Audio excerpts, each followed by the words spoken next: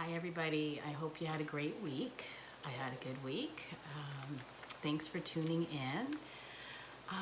Today I'm going to talk about the 3 C's. This is from Al-Anon. This is something that that's where I got it from, Al-Anon. When you know better, you do better. So the 3 C's. I did not cause it. This is for addiction. I did not cause it.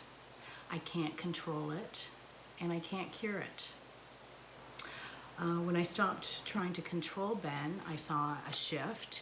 And when I stopped enabling or feeding the addiction, I saw a change.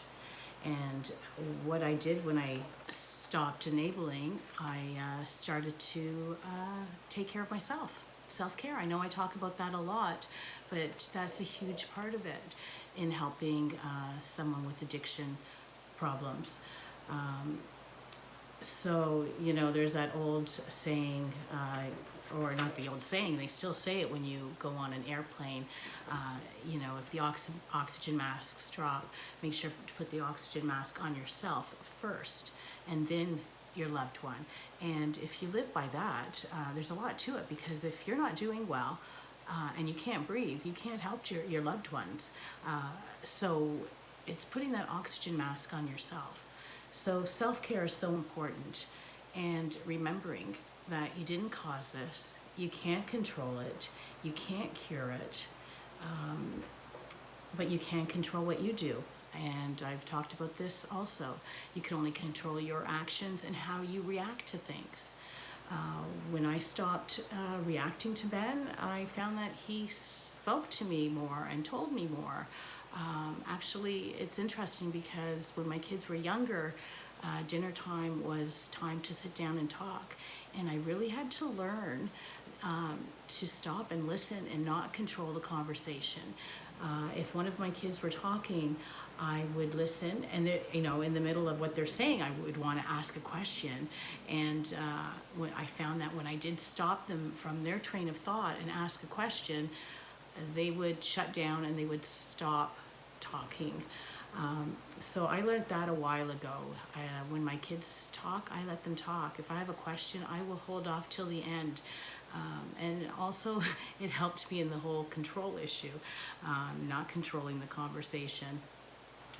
So I am going to leave you with a prayer. I've talked about how I believe in the power of prayer, how I would call friends to pray and give me strength and help Ben and help his workers.